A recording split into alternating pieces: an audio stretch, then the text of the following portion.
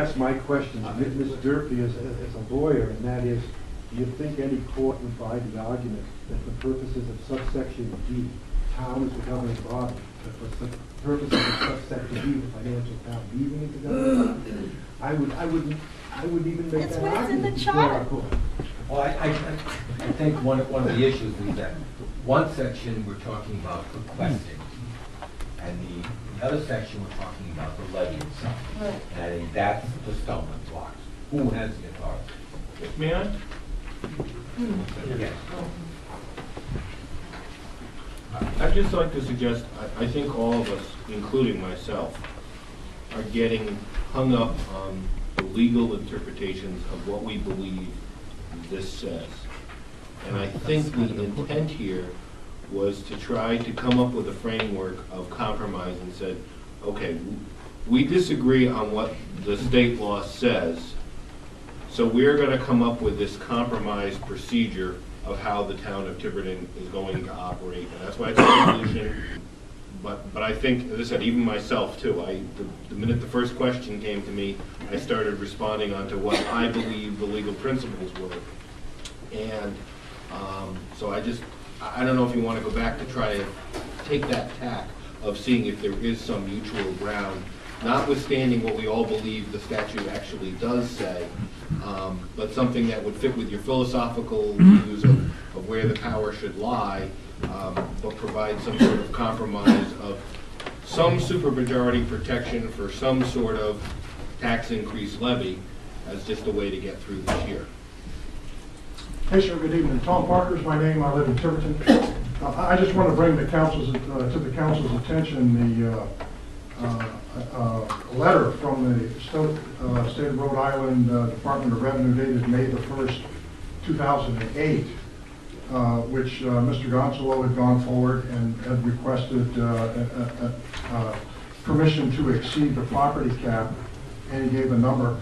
But Mr.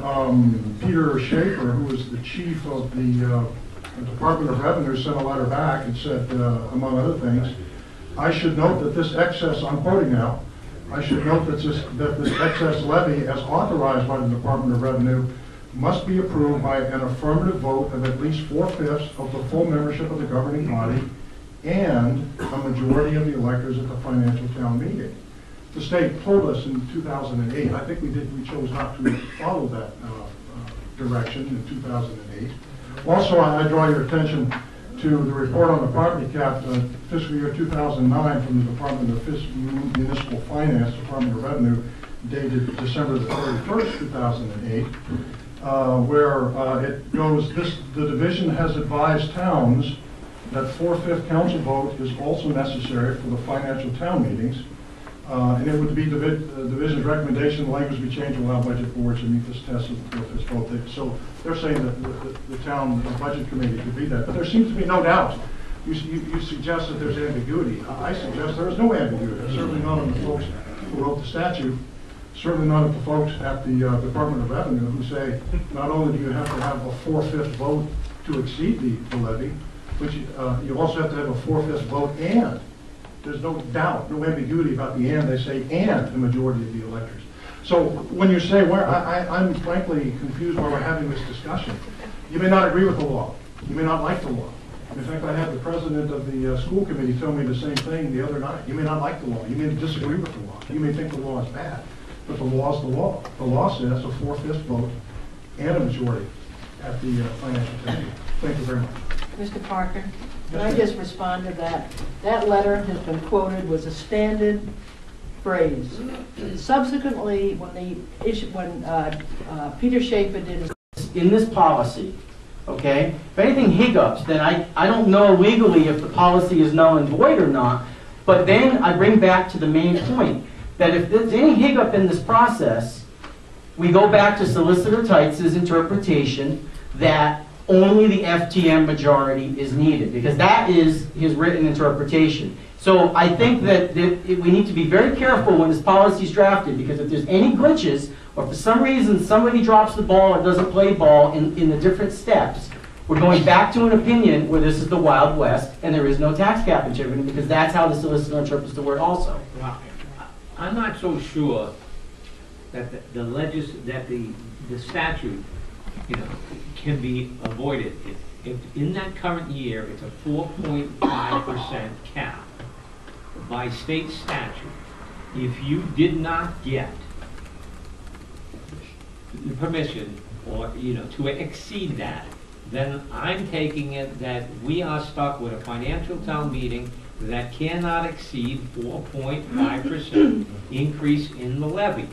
Again, we could find ourselves with some major problems, because the vote of the financial town meeting may give a number in excess of that. Whether or not it would be certified is questioned, and whether or not we may be told, if that was the wishes of the people, you could raise that much money through a levy, and the rest of that money has to be raised in another fashion. And the courts don't tell you what the fashion is, they just say in another fashion. I've seen that kind of scenario. I think that from listening to Mr. Tights tonight, his opinion is, we don't have permission to exceed and a vote of the governing body.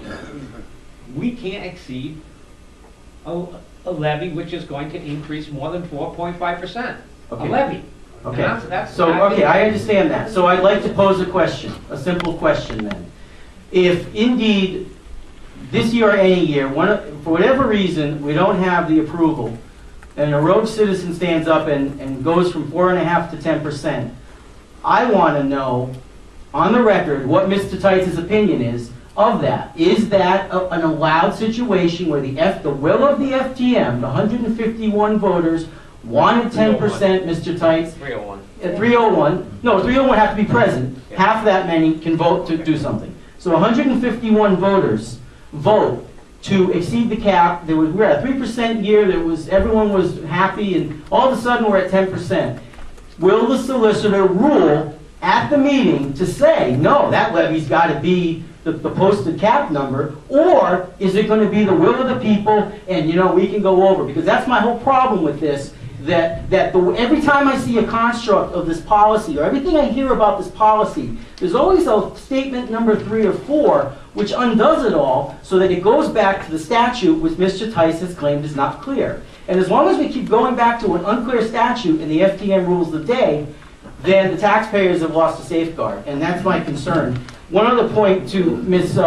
Arruda, excuse me, is that if you want the governing body to be the FTM, that's fine, because that means 4/5 of the FTM has to approve the levy. So I don't think you really want that, and I just wanted to state that for the record. I'm not saying that that's what I wanted. I'm just stating that that's, to me, in my opinion, that's what I think the spirit of the law is. And I'll vote for that and support that, actually. So we have to have 4/5 of the FTM approve the excess levy. That's what you're saying. It doesn't say It doesn't say that. That's what she said, though. Jeff, No, that's it not what doesn't- I Jeff, said. The statute says majority when it talks about the FTM.